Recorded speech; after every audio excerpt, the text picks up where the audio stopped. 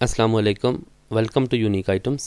ईटा का आज का एसएसटी का पेपर जो कि 19 फरवरी 2022 को कंडक्ट हुआ, उसके पेडागोजी पोर्शन का एनालिसिस करते हैं। ये एसएसटी मैथ, फिज़िक्स और बायोकेमिस्ट्री के पेपर में से एमसीक्यूज़ लिए गए। अगर आप पहली दफ़ा चैनल पे आएँ तो लाजमी सब्सक्राइब कर लें ताकि मज़ीद आने वाली वीडियोज़ भी आपको मिल जाएँ।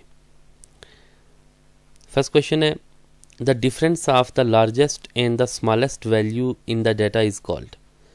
एक डाटा सेट में जो लार्जेस्ट और स्मॉलेस्ट वैल्यूज़ होती हैं उनका डिफरेंस क्या कहलाता है। मीन आपकी एवरेज होती है, मॉड जो मोस्ट रिपीटेड नंबर होता है उसको कहते हैं, और रेंज जो होती है ना, difference between the largest and the smallest data set, उसको रेंज कहा जाता है। तो इस क्वेश्चन का राइट आंसर सी होगा। The ideal teacher, ideal teacher क्या करता है? Teaches the whole curriculum, curriculum भी उसको पढ़ाना चाहिए। Helps in his students in the learning, बच्चों की लर्निंग में मदद करेगा। मेंटेन गुड डिसिप्लिन, ये सारी चीज़ें पॉजिटिव आ जाती हैं। Is a friend, philosopher and guide. तो आइडियल टीचर के लिए मोस्ट जो अप्रोप्रिएट आंसर है वो इन सब में से he is a friend, philosopher and guide, तो ये राइट आंसर होगा यहाँ पे। तो इन चार ऑप्शंस में सबसे बेहतर ऑप्शन सी है। Which method of teaching is not effective for overcrowded classroom? Overcrowded classroom के लिए जहाँ पे आपके पास बहुत ज़्यादा तादाद होती है, बच्चों की स्ट्रेंथ होती है, उनके लिए कौन सा मेथड अच्छा नहीं है?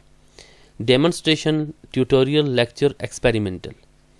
अब लेक्चर मेथड तो होता ही ओवरक्राउडेड क्लासरूम के लिए होता है, उसमें आप लेक्चर देते हैं, कोई मसला नहीं होता, तो वो बेहतर होता है। डेमोन्स्ट्रेशन भी आप कर सकते हैं, कुछ आप काम करके उनको दिखाते हैं, तो अगर उनके देखने के लिए प्रॉपर सेटिंग मौजूद है तो वो भी ठीक हो सकता है। एक्सपेरिमेंटल में भी मुश्किल होता है, लेकिन इंडिविजुअल बच्चे अपना अपना एक्सपेरिमेंट जब करते हैं ना तो कुछ हद तक मैनेज हो जाता है। लेकिन जो ट्यूटोरियल मेथड है, इसमें टीचर मोस्टली इंटरेक्ट करता है हर एक बच्चे के साथ और उनको सिखाया जाता है, उनको प्रैक्टिस करवाई जाती है, कोई काम करना उनको साथ में सिखाया जाता है ट्यूटोरियल के ज़रिए। तो इसमें टीचर की बच्चों के साथ इंटरेक्शन ज़्यादा होती है, तो ये इन सब में जो इनअप्रोप्रिएट मेथड होगा ओवरक्राउडेड क्लासरूम के लिए, वो बी आंसर होगा। Solo taxonomy consists of how many levels. Solo taxonomy में कितने लेवल्स होते हैं? तो सोलो टेक्सोनॉमी, जैसे कि आपको पता है, ये बिग्स एंड कॉलिस ने ये प्रेजेंट की थी, तो इसके 5 लेवल्स होते हैं।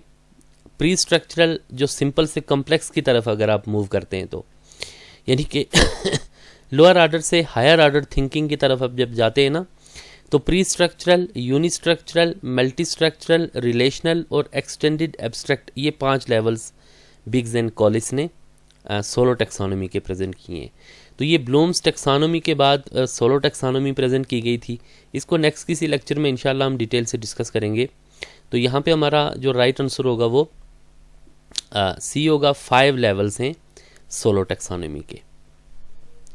विच of the following test is use to measure the mental ability of individuals. किसी भी इंडिविजुअल की मेंटल एबिलिटी को मेजर करने के लिए कौन सा मेथड बेहतर है? प्रोफिशिएंसी मेथड जो होता है, प्रोफिशिएंसी टेस्ट, तो ये किसी भी फील्ड में आपकी जो प्रोफिशिएंसी है उसको चेक करने के लिए होता है। इसी तरह एबिलिटी टेस्ट भी। तो इन एप्टीट्यूड टेस्ट आपका किसी ख़ास फील्ड, ख़ास आपकी जॉब के लिए, प्रोफेशन के लिए आपकी तबीयत देखी जाती है कि आपका एप्टीट्यूड उसके लिए बेहतर है या नहीं है। तो ये एप्टीट्यूड टेस्ट होता है, मोस्टली ये आर्मी में भी लिया जाता है। ये साइकोलॉजिकल टेस्ट भी होते हैं, ये आपकी तबीयत देखी जाती है, मिलान आपका देखा जाता है, रुझान आपका देखा जाता है। जबकि इंटेलिजेंस टेस्ट में आपकी मेंटल एबिलिटी देखी जाती है कि मेंटली आपकी कितनी एबिलिटी है। इसमें फिर IQ निकाला जाता है। तो डी आपका राइट आंसर होगा यहाँ पे। A teacher can develop social values among students by. बच्चों में सोशल वैल्यूज टीचर कैसे डिवेल्प कर सकता है? Telling them about great people, developing sense of discipline, behaving ideally, telling them good stories. तो ये टेलिंग वाले जितने भी मामलात हैं ना, सिर्फ बताने से वैल्यूज बच्चों में नहीं आती, बल्कि उनको करके दिखाना पड़ता है। खुद आप बिहेव करेंगे जब आइडियली, तो इस तरह से बच्चों के अंदर जो है ना, तो बेहतर सोशल वैल्यूज़ डिवेल्प हो सकती हैं। तो इसमें टीचर का बहुत बड़ा रोल होता है, वो एक मॉडल होता है। तो एज ए मॉडल जब वो बिहेव करेगा आइडियली, तो इसमें फिर जो है ना सोशल वैल्यूज़ इनमें इन ऑप्शंस में बेहतर ऑप्शन नंबर सी है। सिर्फ आप देख सकते हैं कि बताने से नहीं होता बल्कि करने से होता है। What will you do in लायर time in school? You will, अगर आपके पास स्कूल में फ़ारग टाइम है तो आप क्या करेंगे? Take rest, read magazines, talk to clerks, check homework of students. As a teacher आपके लिए सबसे बेहतर काम ये है कि आप फ़ारग हैं अगर स्कूल में तो चेक होमवर्क ऑफ स्टूडेंट्स, तो ये सबसे बेहतर है, D option. A teacher asks the questions in class to, एक टीचर क्लास में क्यों सवाल करता है?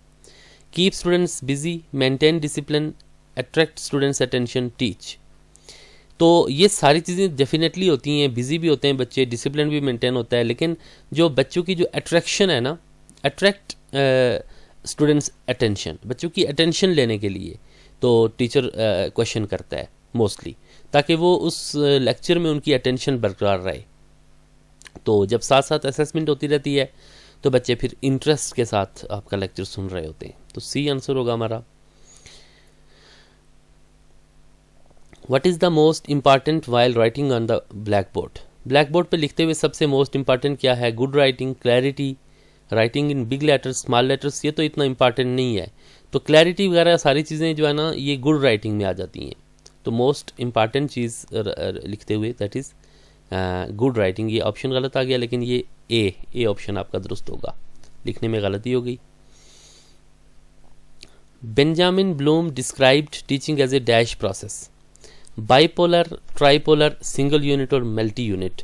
तो बाइपोलर से मुराद होती है कि किसी चीज़ के जब दो पोल्स हों, दो साइड्स हों। ट्राइपोलर मीन के किसी भी चीज़ के तीन पोल्स हों या तीन साइड्स हों, तीन एलिमेंट्स हों। तो ब्लूम्स के अकॉर्डिंग टीचिंग के तीन पोल्स थे। एक जो है ना कॉग्निटिव था, यानी कि थॉट्स से, ब्रेन से रिलेटेड था, और एक आपके जो बिहेवियर एंड एटीट्यूड से रिलेटेड था, that was affective. And third one आपकी जो हरकत सकनात हैं, आपकी जो फिजिक है, आपकी जिस्मानी जो सेहत और एक्टिविटी है, दैट वाज साइकोमोटर। तो तीन डोमेन्स थी, तीन पोल्स थे बेंजामिन ब्लूम्स के अकॉर्डिंग टीचिंग के। तो ट्राइपोलर बी आपका राइट आंसर होगा यहाँ पे। ये थे कुछ एमसीक्यूज जो ईटा एसएसटी के मैथ, फिजिक्स और बायोकेमिस्ट्री के पेपर्स में से लिए गए थे। उम्मीद है आपको वीडियो पसंद आई होगी। बहुत शुक्रिया, अपना बहुत ख्याल रखें। इंशाल्लाह आपसे बहुत जल्द नेक्स्ट वीडियो में मुलाकात होगी। तब तक के लिए अल्लाह हाफिज़।